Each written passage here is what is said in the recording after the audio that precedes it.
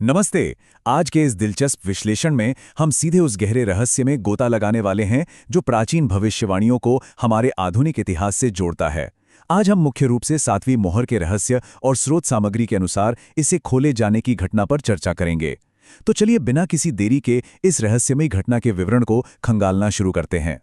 तो हमारे सामने सबसे बड़ा सवाल यह है कि आखिर इन अंतिम बाइबल रहस्यों की चाबी क्या है।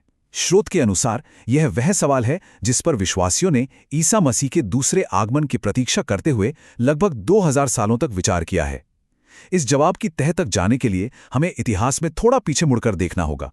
भाग 1 भविष्यद्वक्ताओं का रहस्य, यानी गूढ़ वाक्यों और दृष्टांतों में लिखे गए रहस्य।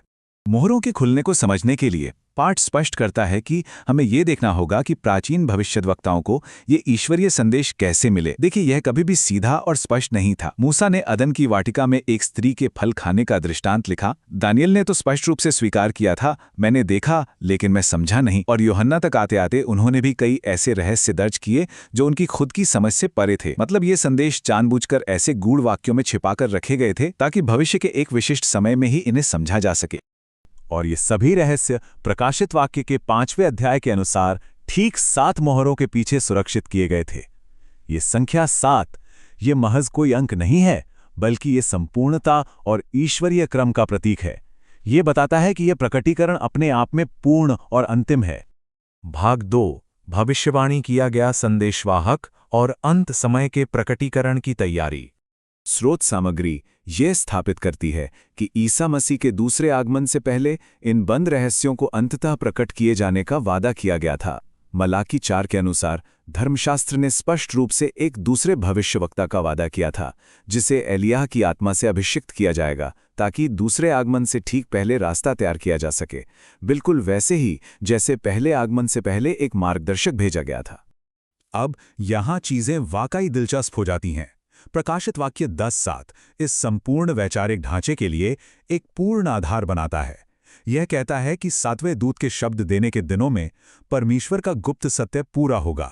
ये वो अहम कड़ी है जो प्राचीन वादों को हमारे आधुनिक समय की अपेक्षाओं से सीधे जोड़ती है। यहां पाठ एक बहुत ही विशिष्ट अंतर स्पष्ट करता है। यह 7वें स्वर्गदूत को कोई आसमान से उड़ने वाला पंखों वाला प्राणी नहीं बताता है। इसके बजाय यह सख्ती से एक मानव संदेशवाहक को संदर्भित करता है, एक सांसारिक व्यक्ति जिसे परमेश्वर के रहस्य को पूरा करने के लिए भेजा गया है। भाग 3 1963 का मोहर खुलना, जहां परमेश्वर का मेमना किताब खोलता है। जरा इस टाइमलाइन पर गौर कीजिए। प्राचीन बाइबल के भविष्यवक्ताओं से शुरू होकर लगभग 2000 सालों के लंबे इंतजार के बाद स्रोत एक अविश्वसनीय छलांग लगाता है। ये सीधे मार्च 1963 में जेफरसनविल, इंडियाना के एक महत्वपूर्ण क्षण की ओर इशारा करता है। सदियों का इंतजार अचानक एक विशिष्ट समय और स्थान पर आकर केंद्रित हो जाता है। स्रोत विस्तार से बताता है कि 1963 के इसी सटीक समय के दौरान परमेश्वर के मेमने ने प्रकाशित वाक्य अध्याय 5, 6 और 10 से जुड़ी उन 7 मोहरों वाली किताब को खोला, और इन मोहरों को आसमान में नहीं बल्कि पृथ्वी पर एक विनम्र सांसारिक भविष्यद्वक्ता के सामने प्रकट किया गया। भाग 4 संदेशवाहक की पहचान और विलियम ब्रैनम की भूमिका।